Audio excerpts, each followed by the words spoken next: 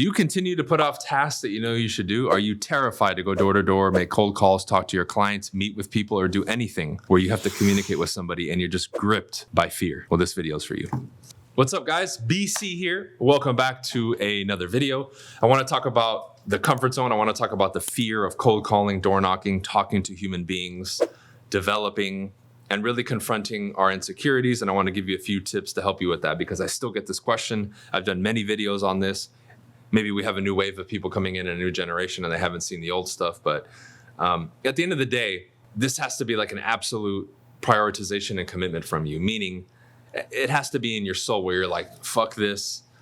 Like, I want to get rid of it no matter what. If it's not at that level, you're never going to handle it. And then it'll always be that convenient excuse. Well, I didn't make it in real estate and sales because cold calling's not for me. No, dude, bullshit. You're weak. Sorry. It's not that cold calling wasn't for you. It's just you're too scared to do it and develop and grow. And that's the excuse that it's not for you. That's a cop-out. That's going to trigger people. Good. It's the truth, right? Because just like you or someone else, I was scared too, but I got over it. Because point number one, the end goal, this is point number one, the end goal was greater than any fear or obstacle. Meaning the other end of it, I knew what I would get. When I developed, when I got the skills, when I started making money, that end goal of who I wanted to become and what I would achieve and accomplish from it, I wanted so bad that I didn't care. I said, bro, you could put me through hell and I'll still do it because what I want and seek at the end of that, I want it. I crave it. I will do anything for it. And many of you, you don't live life with that type of conviction. You haven't really connected with what you want to get at the end of it and what you're going to become and accomplish. And that's why you don't have that drive. I'm not special. I never said that. I tell many of you, because you keep looking for shortcuts and trying to find a different way, you're not special, just like I'm not. So stop cheating the process. The end goal has to be greater. I literally wrote it here. End goal greater than fear. In this case, because we're talking about fear. And that's that. There's no special formula or hypnotic technique that I give you or anything. It's a decision that's predicated on you wanting something and being clear about what you want at the end of it. How you're going to be, your character development, money you're going to make, goal accomplished, whatever it is. What's at the other end of you getting over this fear, making the calls or whatever's at the cause of the fear? You do it, you tackle it. What is the result? And that has to be so dear to you, so like luscious, so juicy of a goal and thing that you want that it's like, I can't wait to sink my teeth into it type of thing, right? I can't teach you that. That's you reconnecting with what you want, having more purpose and clarity about where you want to go, period. That, again, you're not going to get that from reading a book.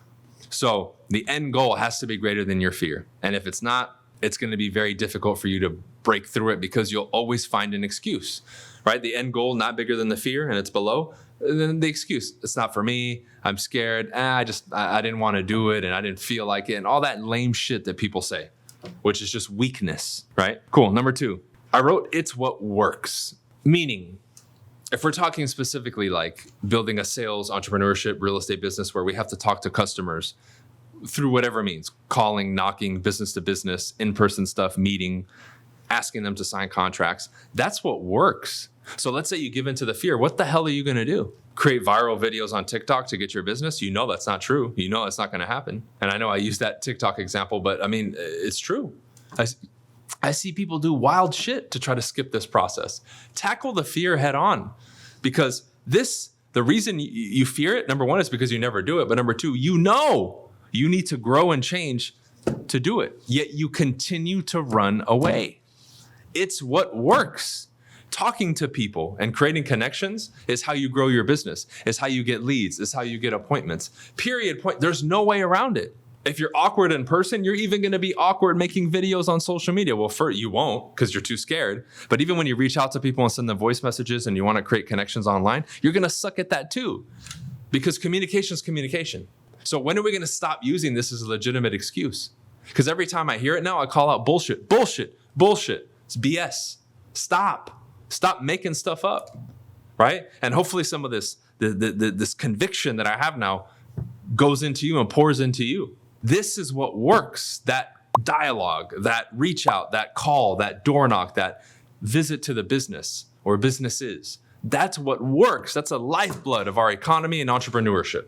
That's never going to change. AI is not going to replace it, right? Mass DMing isn't going to replace it, right? Yeah, you can build your brand and be online, but you have to have everything established by the time you do that. Because if you don't have systems and skills, forget it, right? It's going to be for nothing. You're going to be one of those bozos that has a huge following and you don't make any money, which a lot of people have huge followings and they don't make a penny off of it or very little money because they don't know what the hell they're doing. It's what works. Okay, number 3. The reason we fear these things is they're hardwired emotions. Okay? You fear the rejection because of what it could do to you emotionally, and you don't want to be embarrassed. Why? That's hardwired into us from back in the day. Because embarrassment could lead to being shunned publicly. Right? Now, I don't want to go into too much details about that, but basically it's an old DNA evolutionary thing in the human being that hasn't been phased out yet with the new updated technology and how much we've progressed and how quickly in society.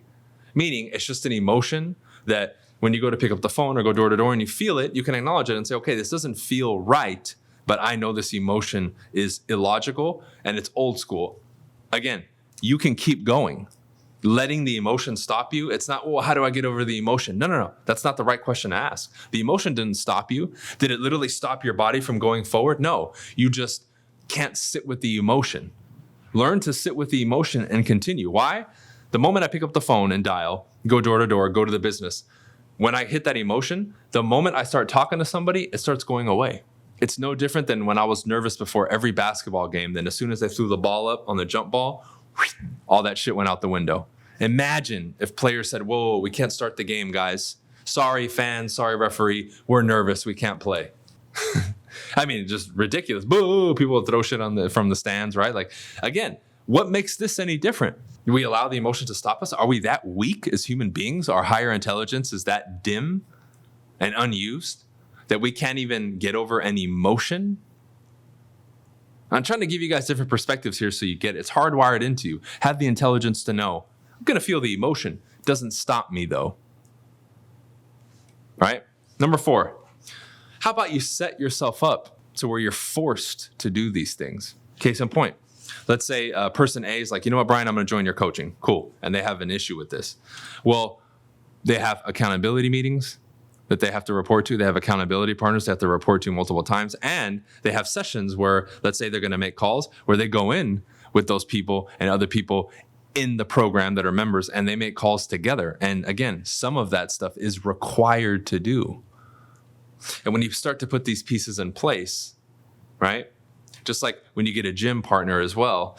Okay, now we're increasing, at least increasing the likelihood of you doing it. And by you joining and taking that step, you've shown that it's a priority and a commitment to you, and you're more likely to show up. Because now I'm on your ass, your accountability partners are on your ass, and you're in a position now where, okay, the collective energy and group will bolster you and push you up, which is what literally every single one of you need, but you won't step up and do it.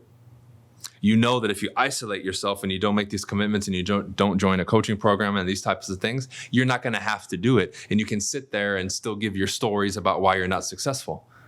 Right? Again, it's a tough pill to swallow. That's the reality. But again, we'll still give, well, my situation's different. We'll keep saying a bunch of bullshit. Right? But when you start putting these things in place, you demonstrate that you're committed, but now you force yourself for this success. But again, people isolate, they don't make the commitment, they don't step up. Why? Because then they know they don't have to show up, they don't have to follow the schedule and do all the basic stuff that I've been talking about for fucking 10 years now.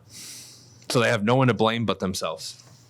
So you not being able to get over a fear or something like that is literally a product of your own doing, a product of your own thinking, a product of your own refusal to step up and handle it. Because it's okay to sit there and say it's so hard because everybody else does, instead of taking the reins of your life and saying, I'm going to tackle this, because the solutions are out there. Especially if you follow me. You know, every single thing that you want, I can grant to you. Every single thing that you need and help with skills and money, I can help you with, but you refuse to step up.